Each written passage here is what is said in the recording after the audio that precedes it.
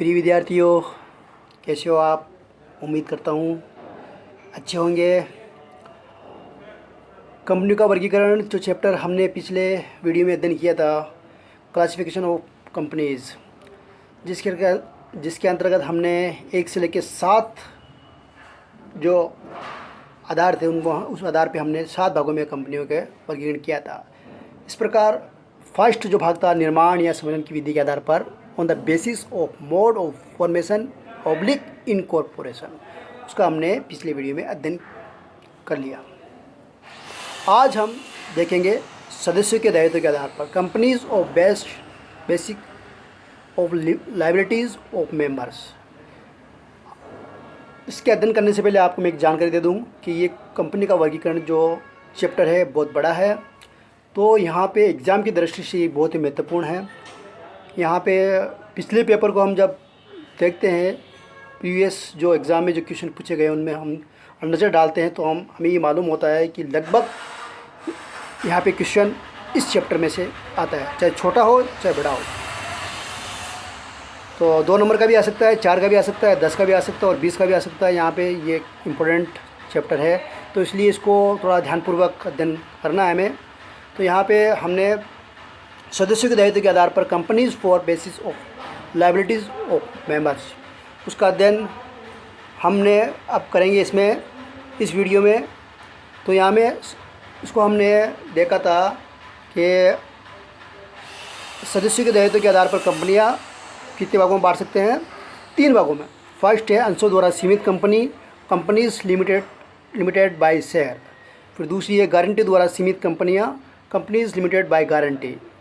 फिर नेक्स्ट है असीमित दायित्व वाली कंपनियाँ, कंपनीज विथ अनलिमिटेड लायबिलिटी।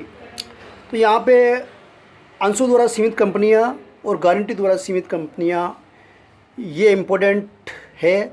यहाँ पे एक क्वेश्चन ये भी बनता है, अंशों द्वारा सीमित कंपनियाँ और गारंटी द्वारा सीमित कंपनियाँ में समानता क्या है, सिमिलरिटी क्या है, और यहाँ पे इनमें डिफरेंस क्या है, असमानता क्या है। तो यहाँ पे पहले इनका अर्थ जानेंगे और अर्थ जानने के बाद में उनमें समानता के बारे में हम चर्चा करेंगे, और उसके बाद में असमानता क्या है, डिफरेंस क्या है, वो भी यहाँ पे हम जानने की कोशिश करेंगे। तो सबसे पहले अंशों द्वारा सीमित कंपनी कौन सी होती है, किसे कहते हैं, उसके बारे में हम देखते हैं। तो अंशों द्वारा सीमित कंपनी से तात्पर्य ऐसी कंपनी से जिसके सदस्यों का दायित्व तो उसके द्वारा धारित अंशों के अंकित मूल्य की अद्यत राशि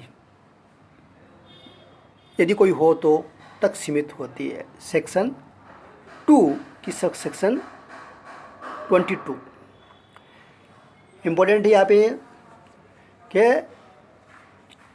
ऐसी कंपनी है जिसके सदस्यों का दायित्व तो उसके द्वारा धारित अंशों के अंकित मूल्य की अद्यत राशि यदि हो तो तक सीमित होती है। तो यहाँ पे धारा भी देखो, ध्यान रखना है 2 की धारा 22। इंग्लिश मीडियम के बच्चे भी देख सकते हैं इसमें, a company having the liability of it is member limited by the memorandum to the amount if any unpaid on the share respectively held by them is term a company limited by share. Section 2 की subsection 22। इस प्रकार अंशों द्वारा सीमित कंपनियों की ये एक अर्थ है। अब हम इसका विस्तार से हम देखते हैं कि इस प्रकार की कंपनियों को अंशों द्वारा सीमित कंपनी तब कहा जाता है जब इसके सदस्यों का दायित्व तो उनके द्वारा धारित अंशों के अंकित मूल्य की अद्यत राशि तक सीमित हो। इस कंपनी के सदस्यों की इस कंपनी के सदस्यों भी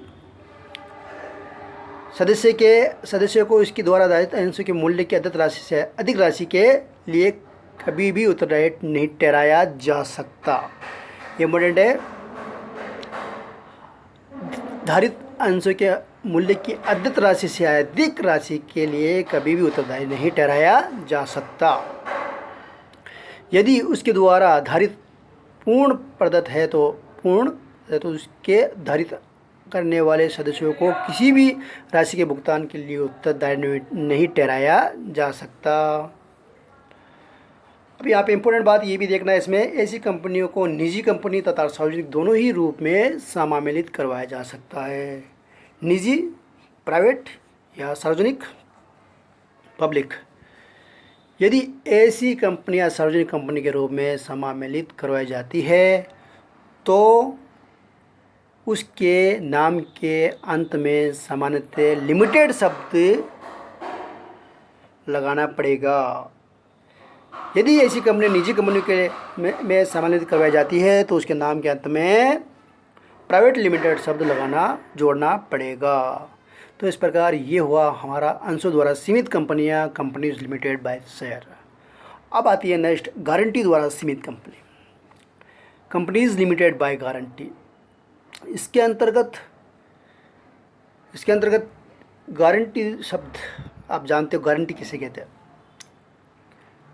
जब हम कई दुकानों पे शॉपिंग करने जाते हैं तो गारंटी शब्द, कितनी गारंटी है इसकी, तो उसका यहाँ पे भी गारंटी का अर्थ यही है। गारंटी द्वारा सीमित कंपनी से तात्पर्य एक ऐसी कंपनी से है जिसके सदस्य उस कंपनी के समापन की दशा में वे राशि देने के लिए उत्तरदायी होते हैं। स्वयं वही बात गारंटी, इस तरह हम कोई वस्तु की गारंटी मांगते हैं तो उसी तरह से यहाँ पे भी सदस्य द्वारा उस कंपनी के समापन, यानी जब समापन होगा, वाइंड अप होगा, जैसे राशि के लिए उत्तरदायी हो गए। कंपनी सम्मान की राशि देने के लिए उत्तरदायी होते हैं। वापिस देख लीजिए, गारंटी द्वारा सीमित कंपनी से तात्पर्य एक ऐसी कंपनी से है जिसके सदस्य उस कंपनी के समापन की दशा में वे राशि देने के लिए उत्तरदायी होते हैं। जितनी राशि देने के लिए उन्होंने वचन या गारंटी दी है। धारा कौन सी? 2 की धारा, सब धारा 21, 2 की धारा 21, 2 सब सेक्शन 21। अब इसको यहाँ पे हम इंग्लिश में भी इसका देख सकते हैं, इसका अर्थ इंग्लिश मीडियम के बच्चे। ए कंपनी हैविंग लायबिलिटी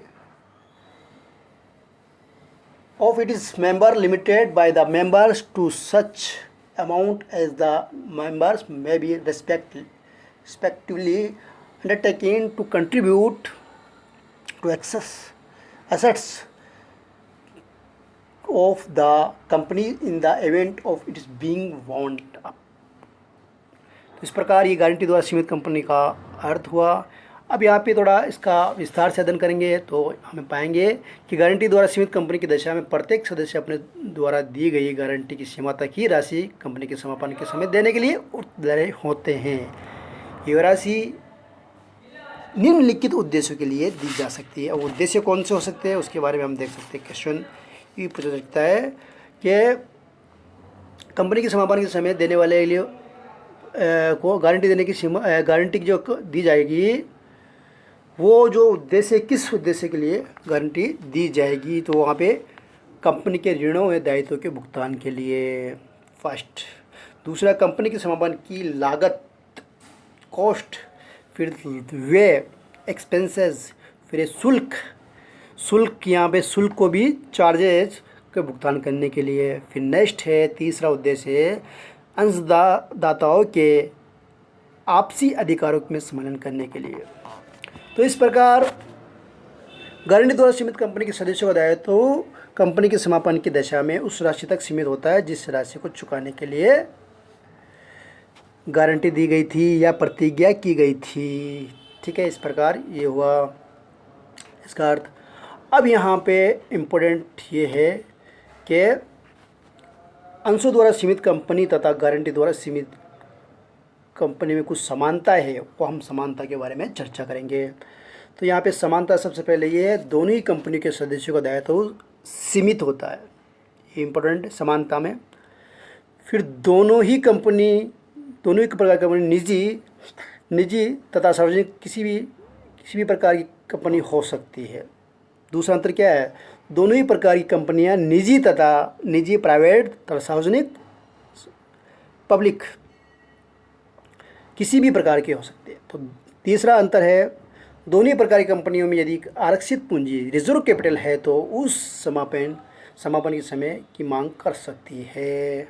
तो इस प्रकार ये समानता हुई। अब यहाँ पे क्वेश्चन दूसरा ये भी आ सकता है कि इसमें अंतर क्या है, किसमें, दोनों कंपनियाँ कौन सी, अंशों द्वारा सीमित कंपनी तथा गारंटी द्वारा सीमित कंपनी में अंतर क्या है। तो यहाँ पे सबसे पहले अंतर ये है, अंशों द्वारा सीमित कंपनी में अंश पूंजी का होना अनिवार्य है, जबकि गारंटी द्वारा सीमित कंपनी में अंश पूंजी हो भी सकती है और नहीं भी।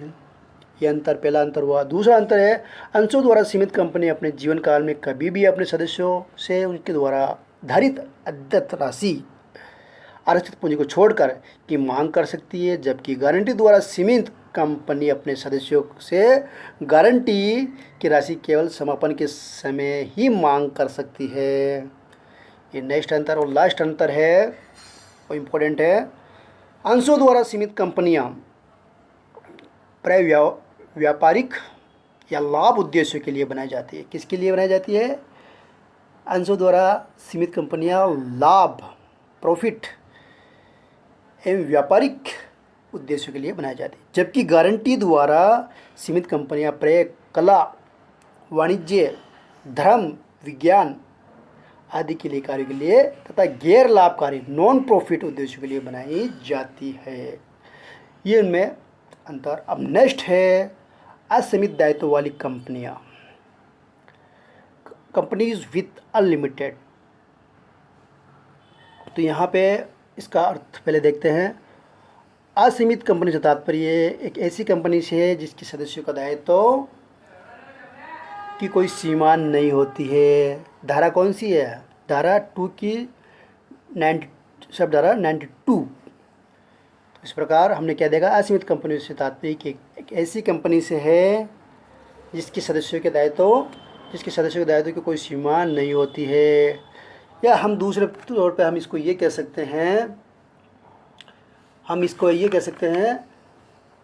Unlimited company. इंग्लिश में हम देख सकते हैं इसको, unlimited company means A company having any limit on liability of it is member.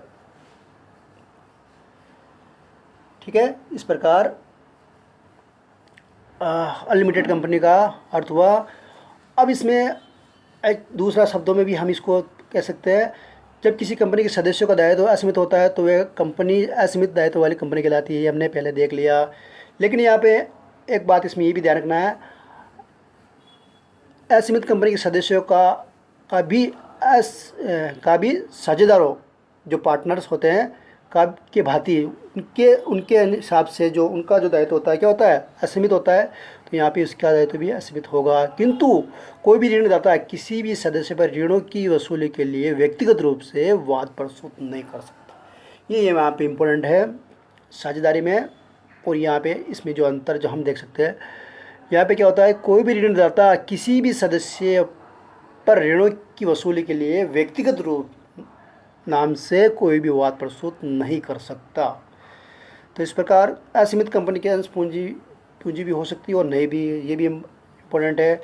यदि किसी असीमित कंपनी में अंश पूंजी होती है तो कंपनी के सीमा नियम में अंश पूंजी की उस राशि कुल अंशों की संख्या, क्या अंश पूंजी की उस राशि या कुल अंशों की संख्या तथा उसके अंकित मूल्य का उल्लेख किया जाएगा जिसके साथ कंपनी अपना पंजीयन कराना चाहती है, रजिस्ट्रेशन कराना चाहती है। तो इस प्रकार सदस्यों के दायित्व के आधार पर कंपनी के प्रकार, companies of the basis of liabilities member, ये देखा। इसके बाद में अंशों द्वारा सीमित कंपनियां और गारंटी द्वारा सीमित कंपनियों में उनका अर्थ और इनमें समानताएं और इनमें डिफरेंस, अंतर देखा। और फिर इसके बाद में असीमित दायित्व वाली कंपनी का अर्थ देखा।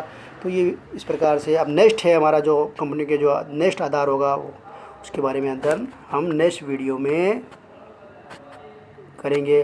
अब नेक्स्ट हो सकता है, हम देख सकते हैं नेक्स्ट में सदस्यों की संख्या के आधार पर कंपनियाँ हो सकती है, जिसमें सार्वजनिक कंपनी और फिर आएगा निजी कंपनी और इसके बाद में एकल कंपनी, एकल व्यक्ति कंपनी। तो यहाँ पे नेक्स्ट वीडियो में हम देखेंगे सदस्यों की संख्या के आधार पर कंपनी के प्रकार, companies on the base of number of members. उसमें फर्स्ट आएगा सार्वजनिक कंपनी, फिर नेक्स्ट आएगा निजी कंपनी, फिर आएगा एक व्यक्ति कंपनी, जो बहुत ही इम्पोर्टेंट है। नेक्स्ट वीडियो में इसका अध्ययन हम करेंगे। ओके। इस प्रकार सदस्यों के दायित्व के आधार पर कंपनी के प्रकार, companies on the basis of liability of member, जिसमें हमने पढ़ा अंशों द्वारा सीमित कंपनियां, गारंटी द्वारा सीमित कंपनियां, और लास्ट में हमने पढ़ा असीमित दायित्व वाली कंपनियां, कंपनीज विथ अनलिमिटेड लायबिलिटी। इसमें हमने देखा असीमित कंपनी से तात्पर्य एक ऐसी कंपनी से है जिसके सदस्यों का दायित्व की कोई सीमा नहीं होती है। धारा 2 की उपधारा 92 है। इसी प्रकार इंग्लिश मीडियम के स्टूडेंट भी देख सकते हैं। An unlimited company means A company not having any limit on the liability of its member. Section 2 की सबसेक्शन 92